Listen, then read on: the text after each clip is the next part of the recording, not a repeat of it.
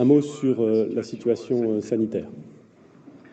Sous l'autorité du président de la République, nous avons fait en Conseil des ministres un point de situation sur la vague épidémique et sur les 10 premiers jours de la période de confinement qui a été décidée. Je voudrais saluer le strict respect des consignes de confinement par la très grande majorité des Français. Contrairement à ce que l'on entend parfois ici ou là, la France a adopté des règles de confinement parmi les plus sévères d'Europe. Elle l'a fait tôt face à la vague épidémique et ces mesures sont dans l'ensemble très bien respectées. Ceux qui ne respectent pas les règles du confinement sont peu nombreux et ils seront sévèrement punis car il en va de la santé de tous et notamment des plus fragiles d'entre nous.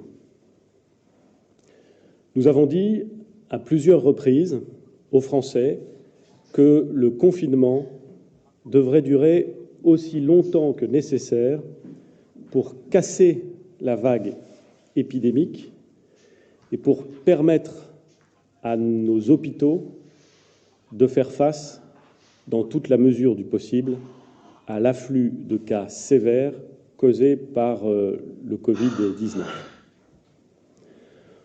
Au terme de ces 10 premiers jours de confinement, il est clair que nous n'en sommes encore qu'au début de la vague épidémique. Elle a, c'est vrai, submergé le Grand Est depuis plusieurs jours. Elle arrive en Île-de-France et dans les Hauts-de-France.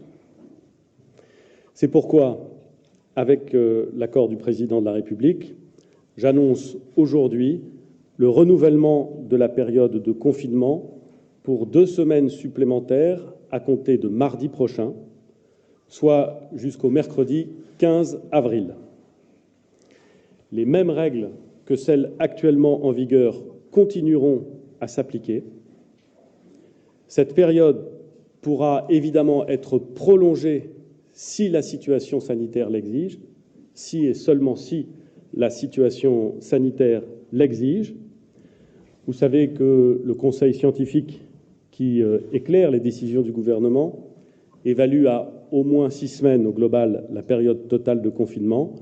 Il est encore trop tôt pour le savoir avec certitude. C'est la raison pour laquelle j'annonce cette décision. Je remercie une nouvelle fois les Français pour leur civisme, pour leur patience et pour leur solidarité.